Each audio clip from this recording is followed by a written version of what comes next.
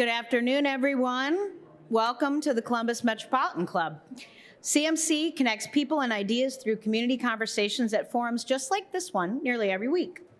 I'm Deb Hackathorn, the Government Relations Principal with Frost Brown Todd, and I'm also the proud chair of the CMC Board of Trustees. For those of you joining us today by live stream, we're coming to you from the Ellis in Columbus's historic Italian village. Welcome, everyone. Thank you to today's forum partner, WOSU Public Media. Thank you to the presenting sponsor of our live stream, the Center for Human Kindness at the Columbus Foundation, and our live stream partner, the Columbus Dispatch. And thank you to the Ellis for hosting us. Every CMC forum takes a village. Please join me in thanking everyone for their support today.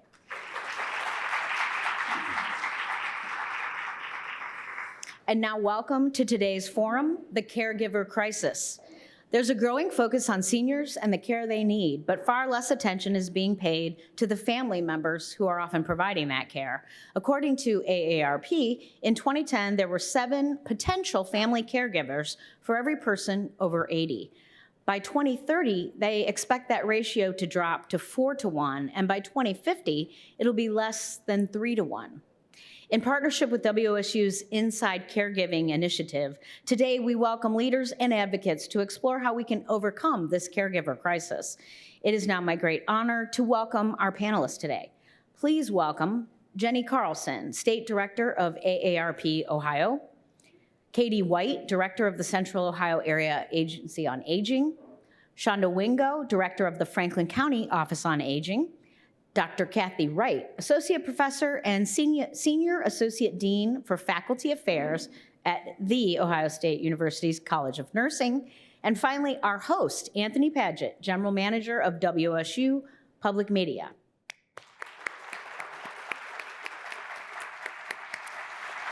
Thank you all for being with us today. Anthony, I'm turning it over to you. Thanks, Deb. Good afternoon, everyone, and thank you for joining us for this important discussion around caregiving. No doubt many of us have personal experience with this. That seemed to consume our conversation earlier at our table. If we could just take a moment, if you don't mind, if you've had personal experience or helped someone through caregiving for someone in any way, shape, or form, could you please raise your hand? I think that's everybody, almost everybody in the entire room. So it just kind of goes to show you how widespread and how reaching this is. As we know, the need for caregiving is growing, but the number of family caregivers is shrinking.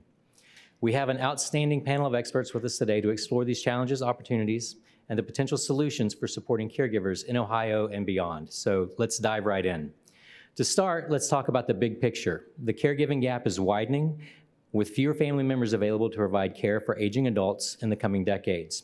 Not to mention that many of those are likely caught in the middle, also providing for care for their own children. So Jennifer, I'm going to start with you, and I'd like to ask, where do we start? What's our starting point for this in addressing this shift from a systematic level, not just putting a Band-Aid on it? Sure. Thank you so much. I want to talk about 3 areas of interest. That's education, activation, and innovation. Within those areas, there should be a 3-pronged approach. We need to pursue legislative changes, public policy initiatives. We also need to make sure that we're shoring up our workforce, as well as supporting our community-based services. I want to first touch base on education. We need to normalize caregiving. It is society's obligation to make sure that we're embracing it.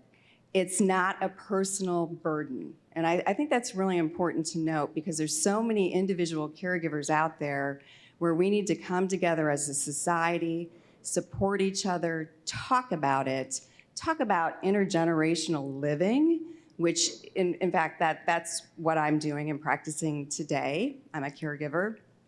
And then we also have to talk about, what do we need to do around workforce? What can we do around career ladders? How can we invest more in workforce practices?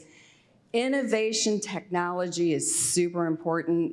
We need to shore up our telecommunications, telehealth visits, maximize AI. That is incredibly cutting edge, but we also need to do it in a way that is informative and safe for our caregivers and loved ones at the home.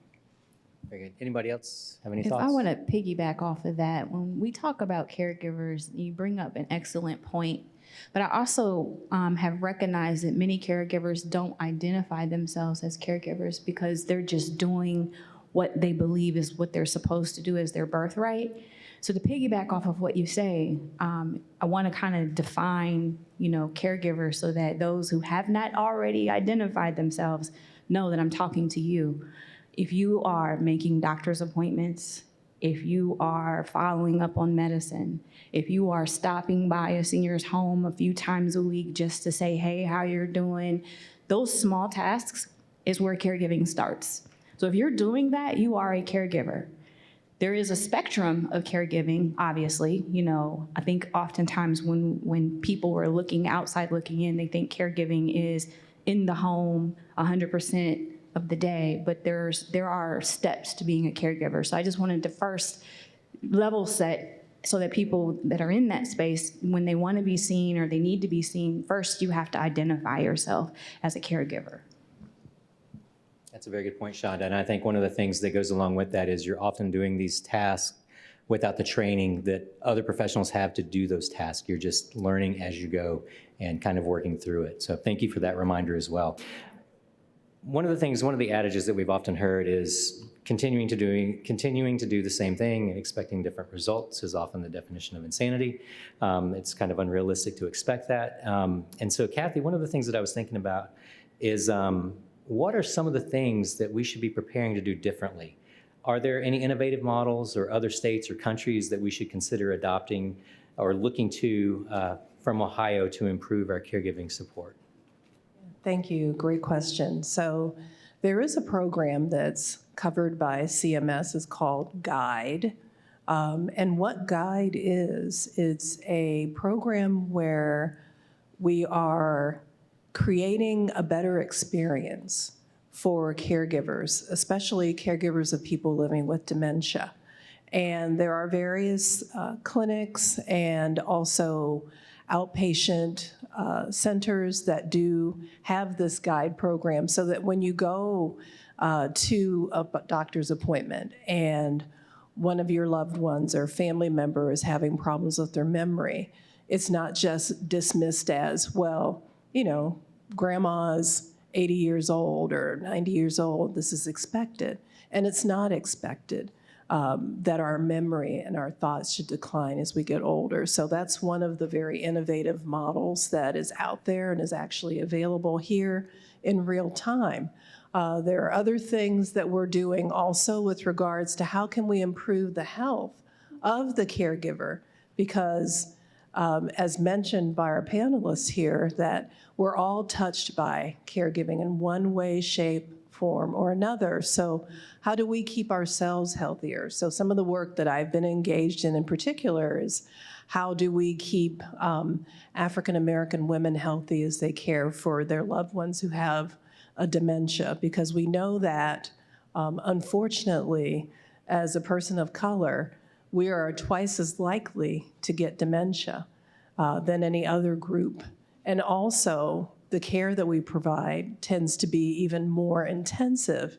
So my message is always, self-care is not selfish. So things like making sure you get sleep, allowing people to help you so that you can have the opportunity to take care of yourself, because then you'll caregive for a much longer period of time.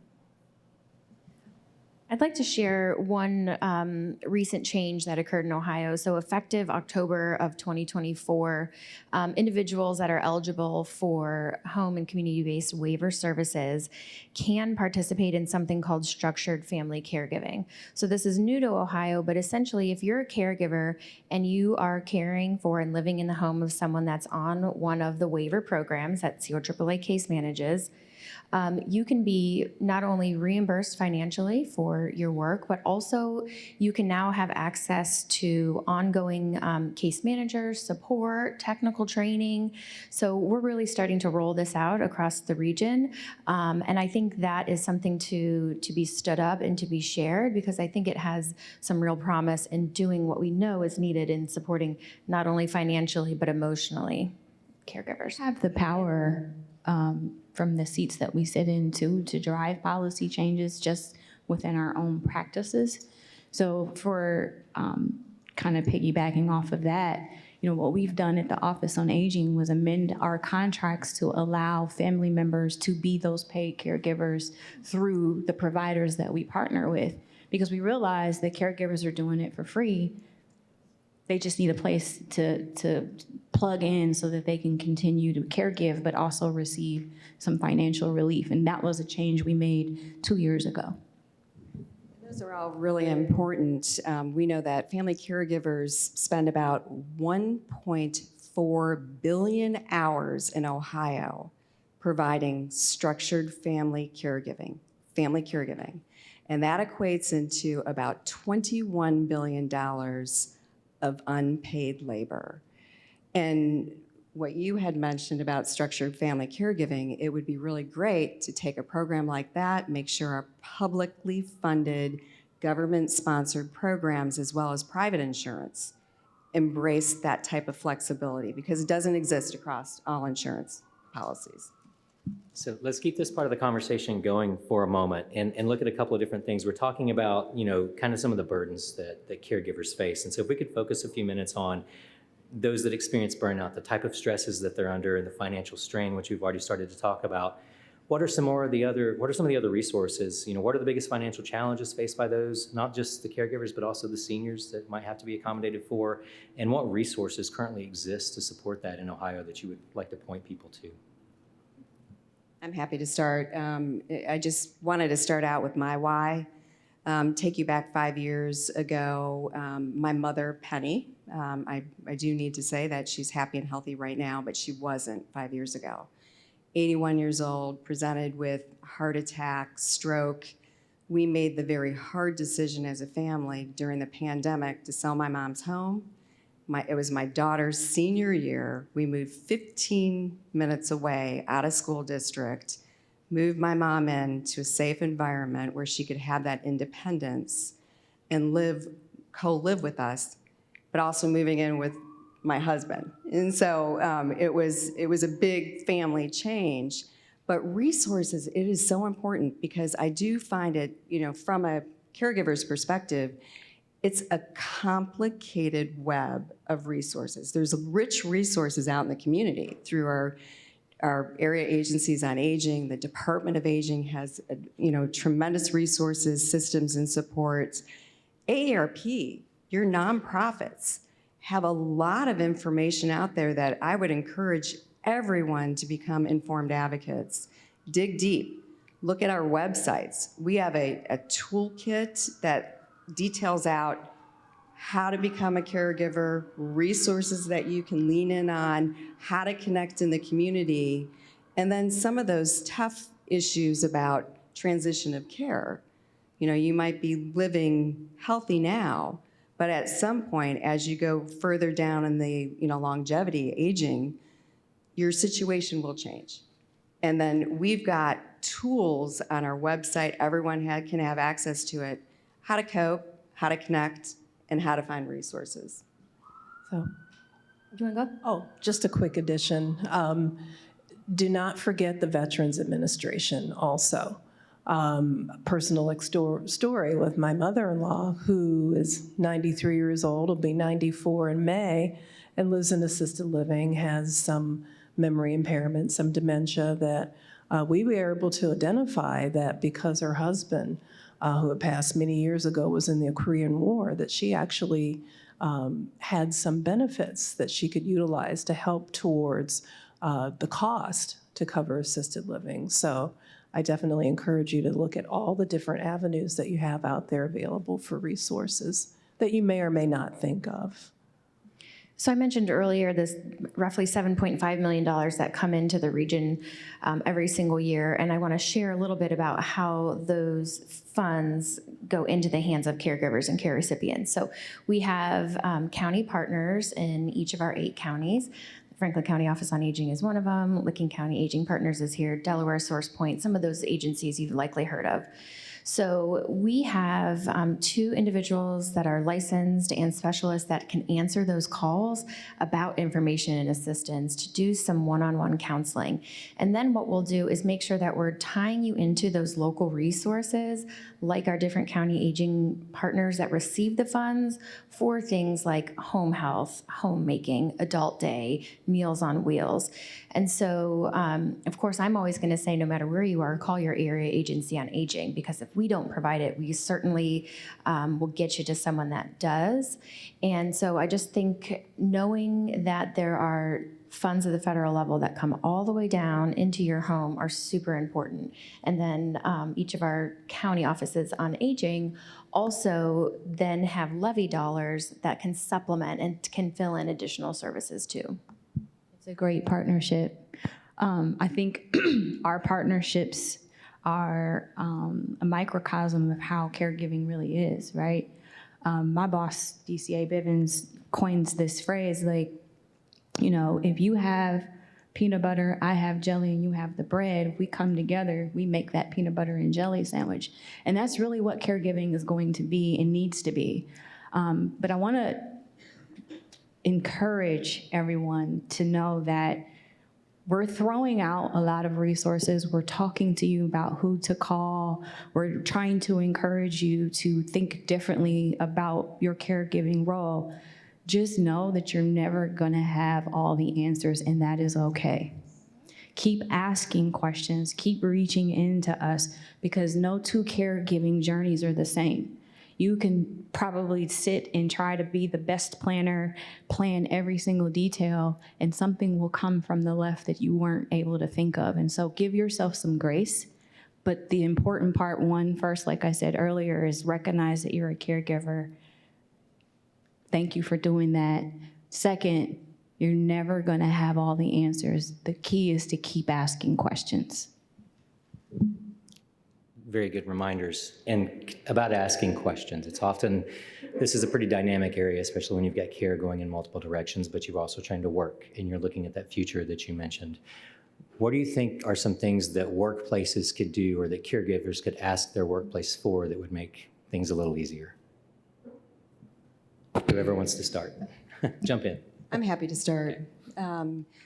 Workplace flexibility, making sure that employers are providing time off for caregivers, making sure that you are taking your time to take your loved one to your wellness visit, making sure that you have the respite time as well.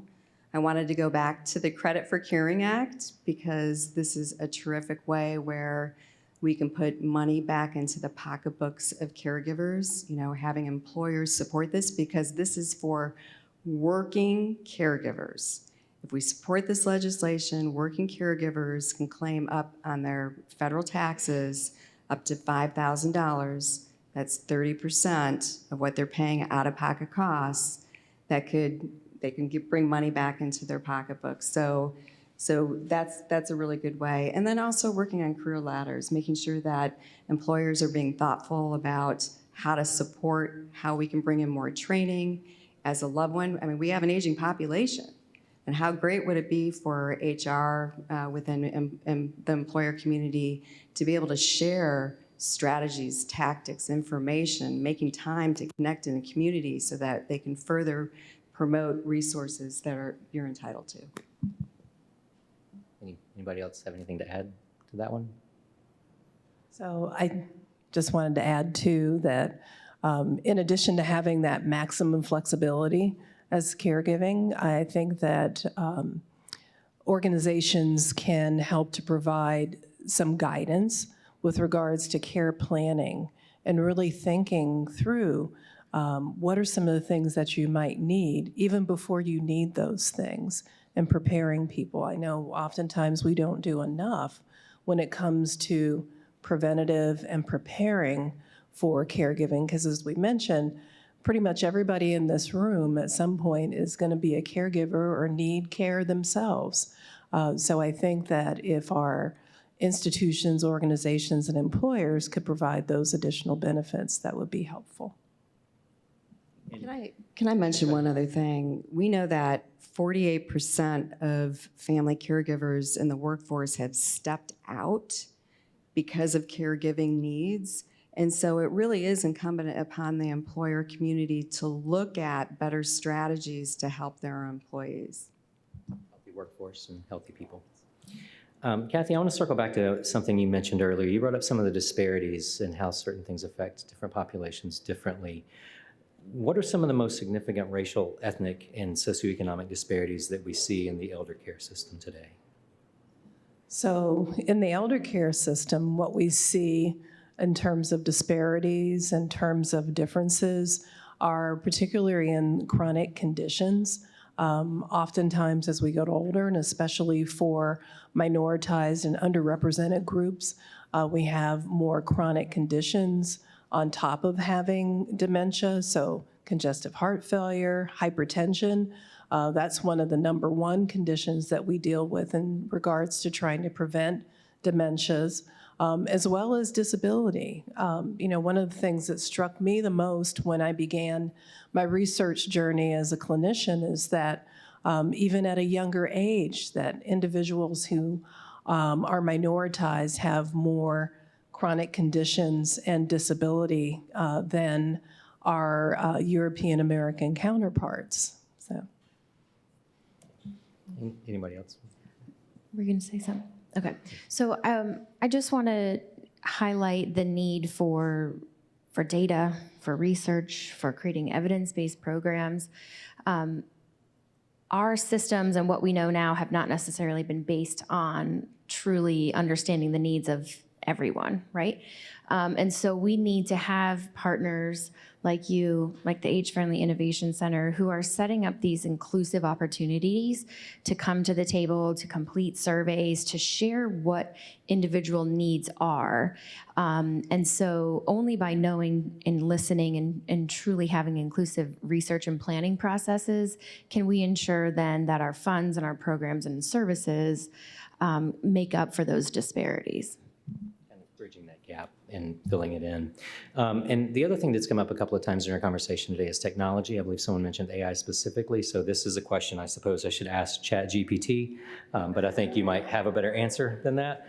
How does access to technology or technology advancements affect the caregiving experience, help it or hinder it? We talk about telehealth, AI-powered home assistants, wearable devices, and things along those lines. How can all of that contribute or hinder the caregiving experience? It can contribute significantly. I mean, we've got wearable devices where information is going directly back to your practitioner. You've got family loved ones that could go to work, monitor their family members at home. We even have electronic medical records, which are terrific, where we can communicate directly with our provider. Where we have a challenge is the technology divide.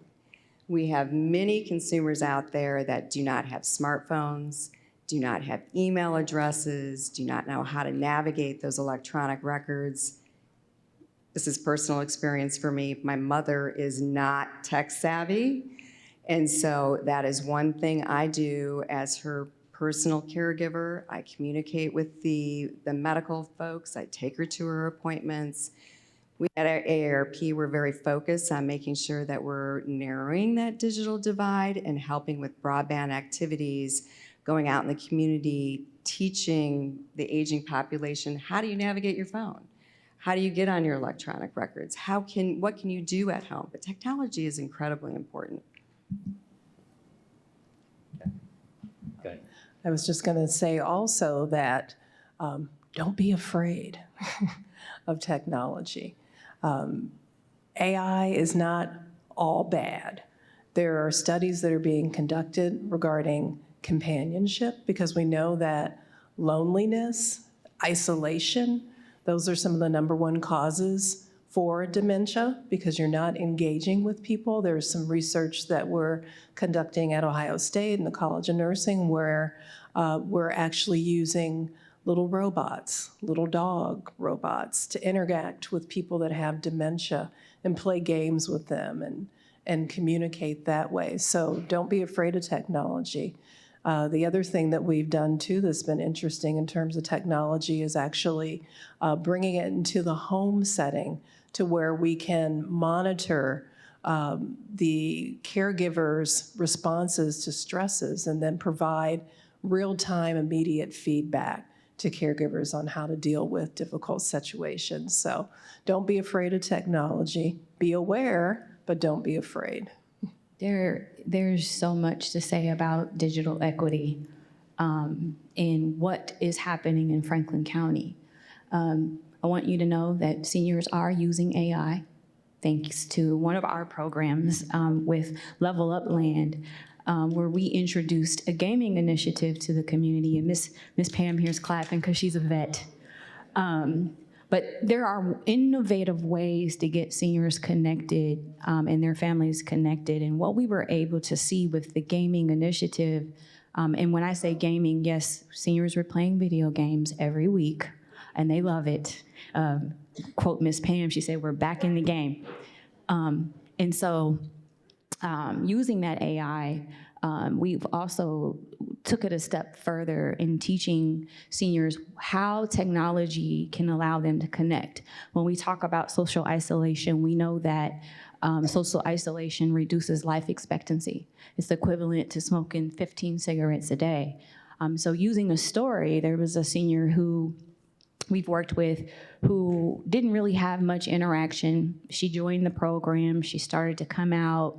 She then purchased a membership to the game arena, and she goes on her own. But even beyond that, her family now plays video games with her, which is a social connection that she didn't have before. And so when we take that step to teach seniors or connect them of how the technology is relevant to their life, that allows them and their families to embrace them more. So I just wanted to share that. And the relevancy to the life, I think, is so key. I recently had a conversation with a dear friend whose mom was diagnosed with Alzheimer's, and just the beginning stages of how to navigate and what it all means. And one of the things I made sure to drive home was that your mom is still your mom. What does she like to do? What technology might you use to make sure she can still do that without taking away autonomy, without taking away independence, but working together to say, you know, how do we make sure that you can continue to do the things that you like to do on your own or with support? And so there are lots of different ways to add in technology at different phases. And I think we can all agree that we need to make sure we're working with the person that we're caregiving for to make sure that it's in conjunction and meets what their needs are too. That's true. Sharing more details. There were seniors who came through that program, one of which was an avid golfer, but due to physical limitations wasn't able to golf. He's now able to resume his love for golf through the video game initiative. Another senior wasn't able to drive anymore. He loved driving. He's now able to relive that joy by driving in the video game. So you're absolutely correct. And of note, I did go and personally experience and met Pam, and it's an exciting program, and we've got to figure out how we can work together to take this outside of Franklin County and beyond. By the way, Pam, I love your shoes and your hat. And the fact that technology conversation's full circle back to connection, which is what really matters and one of the most important things. And keeping those connections is extremely important. But looking ahead, we know that caregiving is going to continue to grow to be a major societal issue. How can we better prepare younger generations? I believe somebody mentioned earlier that, you know, it's one of those things that you've got to see it as this. It's not taking away anything. And so how do we better prepare this younger generation for that responsibility, and what types of education and resources should we be providing them? You can start. Okay. Sorry. Go ahead. So one of the things that we recognize is that connecting young folks to our seniors is very important. Those are the two of our most vulnerable populations in our society. So the first step is that intergenerational programming, bringing seniors and young people together and teaching our young folks the importance of that community and connecting. So at the Office on Aging, what we've done for the last few years is what we were like a one-day technology drop-in where we were using students to work with the seniors. And oftentimes they would come with simple questions. I just want to know how to unfriend somebody on Facebook. And these are the things that they're dying to know, but don't take priority because they feel like they're inundating their family with all of these questions. And so creating those spaces where young people can connect with seniors has been critically important. Most of our young people at the commencement of those events will say, I feel like I have a new grandmother, or I feel like I have a new grandfather, and vice versa. So it doesn't have to be, an overemphasized program. It can be just as simple as figuring out how to bring the generations together, because then what happens is those young folks go back to their schools, they go back to their communities, and they figure out other ways to contribute in celebrating our seniors. So in that, it just happened, because we've been doing this for about 2 years now, some of those youth programs reach in and say, hey, we want to do a Christmas party for the seniors. How can we do that? Or, hey, we're earning these internship dollars. How can we take our money and do something nice for seniors? So that's one way. It's just simple as just bringing them together, and that opens up the young mind of how they can contribute to caring for young folk or older folks. The other thing is, and what I do with my sandwich household, I have an 18-year-old, a 16-year-old, and a 10-year-old, and I talk to them all the time about who's going to take care of me. So I'm planting seeds now, and it is not too soon. And whenever I see a grade that doesn't fit my life plan, I'm like, how are you going to take care of me? We need you to get that grade up because we got to figure this out. I think what's great. We need to start way earlier, educating our early learners about the importance of caregiving, family caregiving, intergenerational programming activities. We know there's a workforce shortage. We have an aging population. We need to incentivize. We need to create opportunities throughout high school to do those experiences with our younger generations out in the communities. We also need to work on career ladders, because once you get out in the workforce, we need to make sure that we keep them engaged. So it's expanding opportunities in high school, starting earlier, working with the higher education community to make sure we have the bandwidth and we continue to offer programmatic solutions, and then bringing up unique programs like certificates, other ways we can reach higher education, working with community colleges so that people are trained up and being able to offer services out in the community in a unique way. Just wanted to add another thing too. You had mentioned earlier about innovative programming, and with regards to bringing in the whole family system in caring for their loved ones. There's a wonderful program that's out there. It's called Alter Dementia.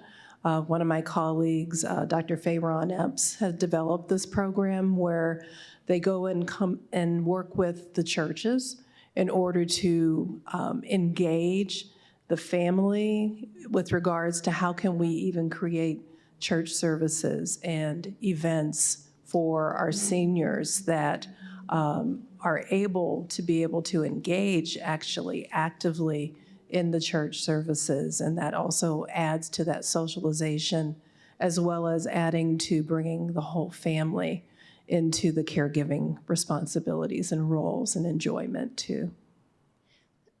And I'll add, that the exposure and the education at all of these different ages is so important, making sure that the opportunities are reciprocal, right? And it sounds like the examples that you gave are perfect, right? It's not just that one needs help and one is giving help, right? We're both benefiting from this relationship.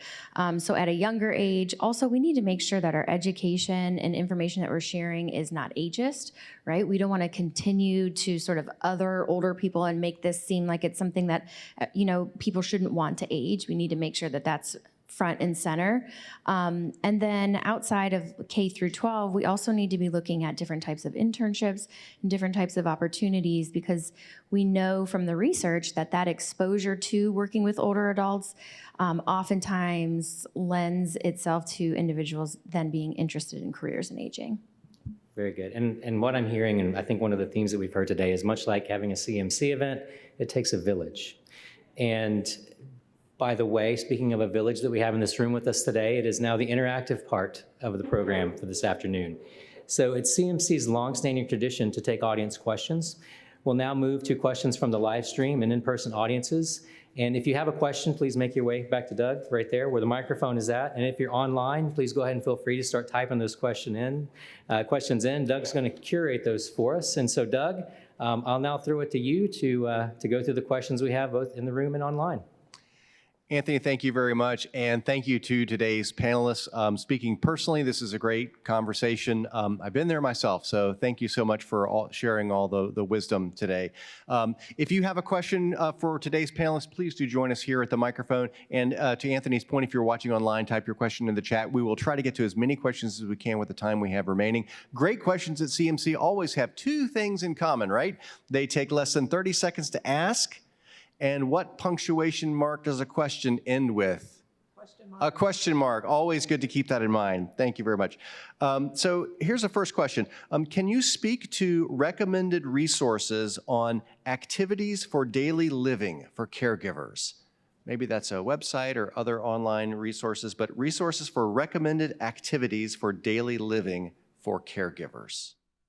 So I'm happy to take that on. If you go out to our website at AARP and you have the information resources at your table, we have all kinds of structured programmatic activities down from yoga to healthy eating to how can you connect in the community, how can you join social activities. And so I would encourage everyone to come to our AARP website and learn more about what we can do with you in the communities. I'll add to that as well. I'll take a little bit different interpretation. If the person is asking about support for helping the person they're caregiving for, I would say definitely visit the Area Agency on Aging website. We've got lists for whether it's help with meals, homemaking. If you live in Central Ohio, we've also invested in something called Trualta, and you can join that for free. And there's a huge list of resources all around how do you bathe someone, how do you get them dressed? And then, of course, all of the county partners, too, have a lot of resources specifically related to that. We produce a monthly newsletter where we collect information across Franklin County, including what we do. So there's a lot of activity that are specific for caregivers, but also specific for the seniors. If you're interested in receiving that from us, just access our website at franklincountyofficeonaging.org or give us a call at 614-525-6200. But it is a monthly newsletter. We put it all out there. We're heavily engaged in having activities too. So we will let you know the calendar of events and you can just pop up whenever you are free. And just real quick, remember checking in with your provider because whoever might need those assistant activities may need physical therapy or occupational therapy, and those are all things that could be covered through insurance and through Medicare. Good afternoon. I'm Kathy Fox with Community Strategy Partners. My question has to do with the recent shutoff of federal funds for signed contracts and grant agreements. I've read that at one end of the spectrum, Head Start early childhood education centers are closing across the country because they're not receiving their contracted funds. Are you seeing anything similar with any of the services that your constituents rely on? I guess I'll take this one. Okay, so what we know for certain through our colleagues at U.S. Aging who are in D.C. and who are, really monitoring this closely is that the pause is on pause. I, along with many others, probably read that the Ohio Department of Medicaid website was down for a period of time. I did hear some of those websites were down. As far as I know, in written form from the advocates that are on the boots on the ground in DC, as of now, no funding is paused. We're not entirely sure what the future of all that is, but for now, I think we're sort of all collectively holding our breath to see what happens. Hi, my name is Caroline Pfiffner. What can kids do to help their grandparents and older neighbors? Thank you. That's amazing. You're the best ever. Oh, I love that. I'll take that because I have children and my mother is a grandmother and she absolutely loves when her grandkids come and visit and makes phone calls to her and, just connect. Make sure that you're connecting with your grandmother. Stay close to her because she wants to hear from you. I'm sure she loves you very much. And keep doing what you're doing. I was just going to say that's exactly how I started my career in geriatrics as a little girl, going down the street and visiting my elderly neighbor and reading to her. So just doing things like that, simply reading to our elder seniors and engaging with them that way. I'd also say asking them questions, learning from them, asking for their advice. I'm really lucky that my older neighbors generally are taking care of me and my kids, and they're shoveling my driveway. But just asking those questions about advice, life advice, telling stories, that's a really good place too. It goes back to what I was kind of talking about earlier, and everyone is exactly right. I'm proud of you for even being here to ask that question because we're depending on your generation to be in this space. So thank you for that. But yeah, just call them or go visit them and ask them, what was life like for you when you were my age? They'll tell you everything you need to know. Hi, my name is Beth Whitted, and each of you mentioned resources and connecting people to resources. Smart Columbus is developing a community information exchange, and so not just social service agencies can share information, but also individuals. Are each of you involved in those efforts? Are you familiar with them? Because I think that would be a really important place, because I was hearing about resources. I've been in the community for a long time, and I was hearing resources today that I've never heard of. We are. We're at the table. It is still in the works, and there are some challenges that have to be worked out around data sharing, but we are at the table and active in that process for Franklin County. Can't speak for my friends. We will certainly look into that. I've got staff here that will take it back to the office and see how we can engage. Thank you for bringing that up. Good afternoon, everyone. I'm a daughter, a mother, a wife, a physician. I'm a citizen. I'm a care partner. I take care of a parent who is living with dementia, and as a result, our entire family is living with dementia. I ask this question from all those perspectives and through that lens because I live that. It's difficult to search for resources when you're stressed, when you're sandwiched, when you're pressed like a panini, trying to navigate some of the typical issues that come along with caring for a loved one. And I'm hoping to get some information about any intentional efforts to help people plan on how to age well. Life happens. Aging begins way before you're 65, and it definitely doesn't end there. I'm just curious, are you doing any intentional work to get people at that point of planning? It makes a huge difference when you have a plan, and it makes a huge difference when you have a care team. I'll take this on. And thank you for sharing your story. My mother, too, also has early on stage dementia, and it's really important to be able to connect with resources, figure out what type of care is available. We have a whole channel devoted to brain health, and there's early intervention, prevention, baseline assessments, training tools that I would highly encourage. I know you have my contact information. I can share that information with you. I would also like to say that this is a huge issue, a growing issue in the communities, and it is top of mind for me. It's a top of mind for the AARP. We are going to continue to work with our community partners to make sure we keep pushing out the AARP designation age-friendly. Age-friendly, this is a huge component. There's 8 domains, not to get super weedy, but this year in particular, we are going to make sure that we're locking arms with community partners, making sure that we're continuing to provide those resources. And we're doubling down on grant opportunities too. So if there are activities in your community, please, please, please look at those opportunities, because we are really, really interested in funding ways to make sure that we're connecting, providing services, and focusing on brain health. The majority of the staff at COAAA, and we've got about 405 staff members at this point, are dedicated to our home and community-based services. But we have an entire shop, community engagement and outreach, that has education and topics like aging well, Medicare for basics, Medicare for beginners. So we absolutely have some of those proactive education opportunities, whether they're in our office or if you want to request someone to come out. So give us a call or check our website out. We absolutely have those opportunities.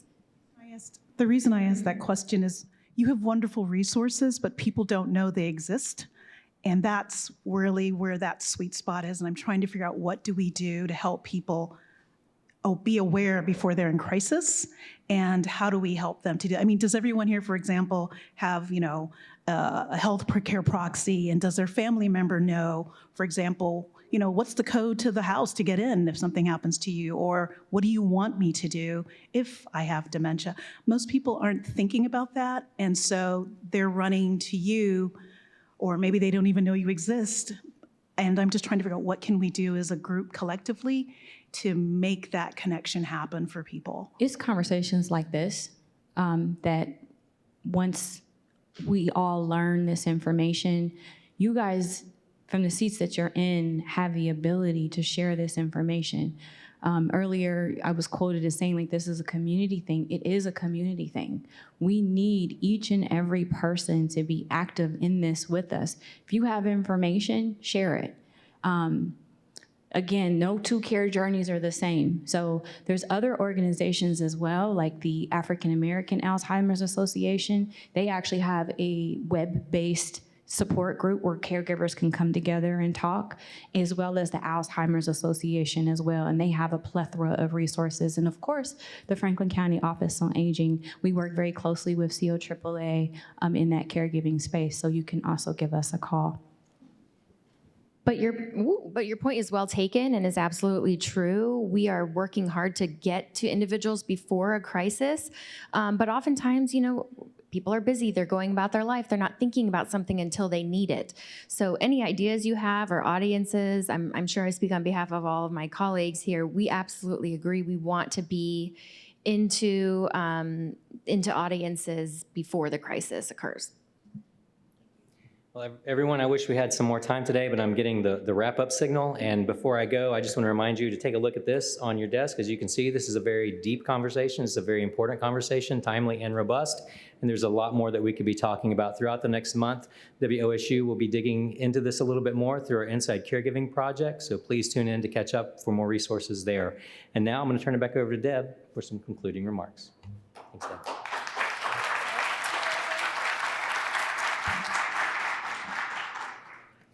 Well, I hope, like me, you learned about a lot of resources that perhaps you didn't know about before, and you'll look forward to seeing that series with WOSU. Thank you so much for being here today, and thanks to our forum partner, WOSU Public Media.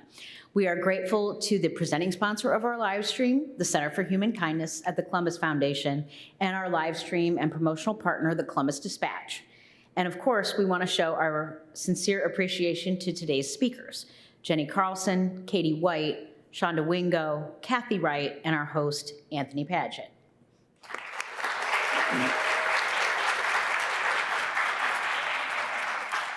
Please make plans to join us right here at the Ellis next week, next Wednesday at noon, for When Safety Nets Shrink, a topic right out of the headlines. Thank you to everyone for being here. We cannot do this without you, and we hope you have a wonderful afternoon. Thanks.